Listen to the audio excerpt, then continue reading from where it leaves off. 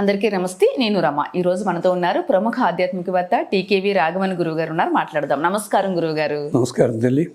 గురుగారు, ప్రత్యేకమైన తిథి నక్షత్రాలని ఖచ్చితంగా వినియోగించుకోవాలి, ఒక ప్రత్యేకమైన విశిష్టత ఉంటుందని చెప్తుంటారు పెద్దవాళ్ళు. అందులో భాగంగానే పౌర్ణమి రోజు విశిష్టత చెప్పండి. ఆ రోజున ఎలా వినియోగించుకోవాలి? పౌర్ణమి అని మనం తెలుగులో అందంగా చెప్పుకున్నాం. అసలు పదం ఏమిటంటే పూర్ణిమ. పూర్ణిమ పూర్ణ మా అంటే లక్ష్మీదేవి. లక్ష్మీదేవికి ఉన్న పూర్తి అమృతత్వం అంతా కూడా సంపూర్ణంగా చంద్రుడి లోపల ఉంటుంది ఆ రోజుని. అందుకని పూర్ణిమ. ఆయనకి ఇష్టమైన నక్షత్రం చిత్రా నక్షత్రం. ఆ చిత్ర కూడా తమాషాగా ఆవిర్భవించింది బ్రహ్మదేవుడి వల్ల. చిత్ర విచిత్రములైన ఫలితములన్నీ ఇస్తుంది ఇంద్రుడికి. అందుకని చిత్ర. ఆ చిత్రా నక్షత్రాన్ని ప్రత్యేకించి ఇంద్రుడు చంద్రుడికి అప్పచెప్పాడు. ఈ పూర్ణిమ గొప్పతనం ఏమిటి అంటే ఇక్కడ దేవతలంతా ఉంటారు ప్రధానంగా. అంతేకాదు దేవతలతో పాటుగా శ్రీ మహావిష్ణువు ఉంటారు. అంతేకాదు ఆ లోపల పరమేశ్వరుడు ఉంటాడు, బ్రహ్మదేవుడు ఉంటాడు. అందుకని పౌర్ణిమ నాడు తప్పనిసరిగా లక్ష్మీనారాయణులని కానీ, సీతారాములని కానీ, పార్వతీ పరమేశ్వరులని కానీ, ఇలాగ ఏ దేవతని పూజించినా జంటగా పూజించండి తప్ప విడగొట్టవద్దు. విడగొట్టి పూజించడం మనకి 73లో ప్రారంభమయ్యింది. పేరు చెప్పను నేను, కానీ అది చదివినప్పుడు అయ్యవారి స్తోత్రం కూడా చదవాలి. కొంచెం అనుమానంగా చూసావు కదా తల్లి నువ్వు, చెప్పాలి నేను అది.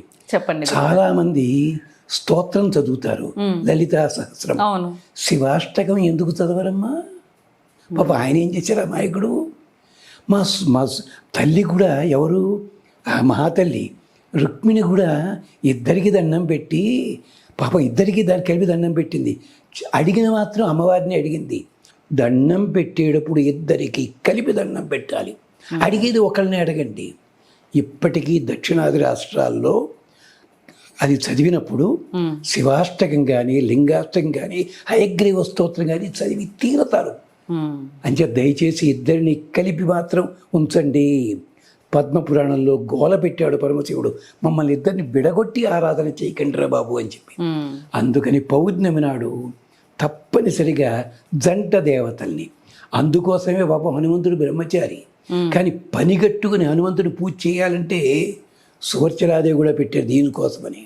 ఆ పెళ్ళి ఎక్కడైందని దానికి ఆధారాలు కొంత విచిత్రంగా ఉంటాయి. ఇలాగా ఇద్దరిని కలిపి ఆరాధన చేయాలి. ఆరాధన చేసి ఆ రోజుని విశేషంగా ముగ్గురు ముత్తైదువులకు ఏదైనా దానం ఇవ్వడం మంచిది. ఇది పూర్ణిమ. అంతేకాదు పౌర్ణమి వనస్పతి దేవతలకు ఇష్టము. అంటే పౌర్ణమి నాడే రకరకాల ద్రవ్యాలన్నీ కూడా చెట్లకి వస్తాయి. సముద్రం ఎగిసెగిసి పడుతుంది, ఆ గాలిని పీల్చుకుంటాయి. పూర్ణిమ నాడు పూర్తిగా ఔషధి గుణాలన్నీ.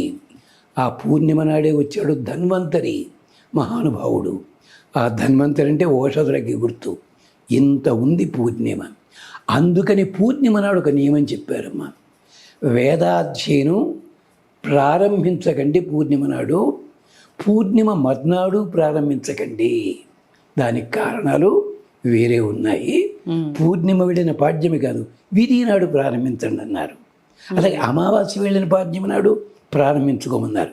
వీటికి కారణాలన్నీ అధర్వణ వేదం అక్కడ చెప్తారు. హనుమంతుడు వెడుతున్నట్ట సీత కనిపించట్లే, పైన చంద్రుడు అనుకున్నట్ట చీకటిగా ఉంది కదా పాపం, నేను వస్తే కనిపిస్తుందేమోలే అని చెప్పి కనిపించేట. ఇదా అక్కడ 7 శ్లోకాలు ఉన్నాయి, అద్భుతమైన శ్లోకాలు. దాంట్లో ఒకటి, లోకస్య పాపాని వినాశయంతం మహోదధించాపి సమేధయంతం భూతాని సర్వాణి విరాజయంతీం దదర్శ సీతాం శుభవ అధ అభియాంత. అందరికీ రక్షణ కలిగించడానికి అన్నట్టుగా వచ్చాడు అని వర్ణన చాలా గొప్పగా చేశాడు. గుహలో ఉన్న సింహంలా ఉన్నట్ట, సింహాసనం మీద కూర్చున్న రాజువలే ఉన్నట్ట చంద్రుడు అంటారు. నిజంగా చంద్ర వర్ణన వాల్మీకి చేసినంత అందంగా మీరు చాలామంది చేశారు. అది అందుకని పూర్ణిమ గొప్పతనం, అది లక్ష్మీ స్వరూపము. అందుకని చంద్రుడిని మనం ఏమంటామమ్మా, చందబాబాయ్ అంటామా, చందమామ అంటాం. చందమామ అది చూడు ఎంత ప్రేమ మనకి. అందరికీ చందమామే. అందరికీ చందమామ. సూర్యుని బట్టి సూర్యపండు, సూర్యబాబు, నీళ్ళు బంగారు అంటే ఆయన బట్టి. అవును, చంద్రుడిని కొంతమంది మాత్రం ఇట్లానే పిలుస్తూ ఉంటారు. చంద్రుని మాత్రం చందమామ. ఎంత గొప్పగా. అది చంద్రుడి యొక్క గొప్పతనం. పూర్ణిమ. ఓకే గురుగారు, నమస్తే.